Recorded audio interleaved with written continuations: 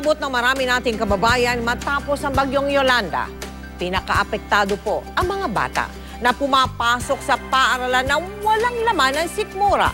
Ito po sa probinsya ng Samar at Leyte. Kaya mula noong Hulyo, sila ang tinutukan ng ating Give a Gift, Feed a Child project. Saksihan ang pagbabagong naidulot ng ating feeding program. Sa San Juanico Bridge pa lang, tila ba amoy na namin ang nakakatakam na samyo ng lutuin. Sa pagsimula ng ating feeding program dito sa Haro, Leyte, Hulyo nung nakaraang taon, hindi maikubli ang galak ng mga bata pati ng mga magulang. Matapos ang mahigit isang buwan, nagtutulong-tulong kami mga magulang sa pagluluto.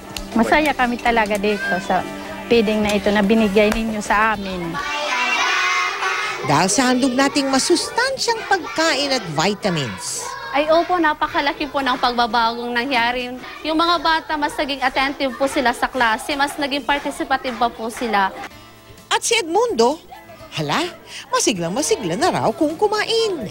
Matapos ang 120 days.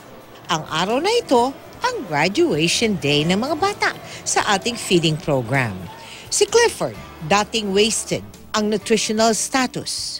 Ngayon, normal na. Nadagdagan ng 7 kilo ang kanyang timbang. Tulad niya, karamihan sa mga bata dito, bumigat ang timbang.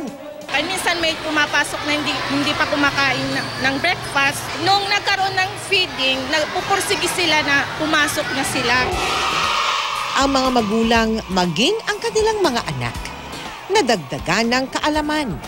Ang malusog na pangangatawan ay mahalagang puhunan para makamit ang mga pangarap sa buhay.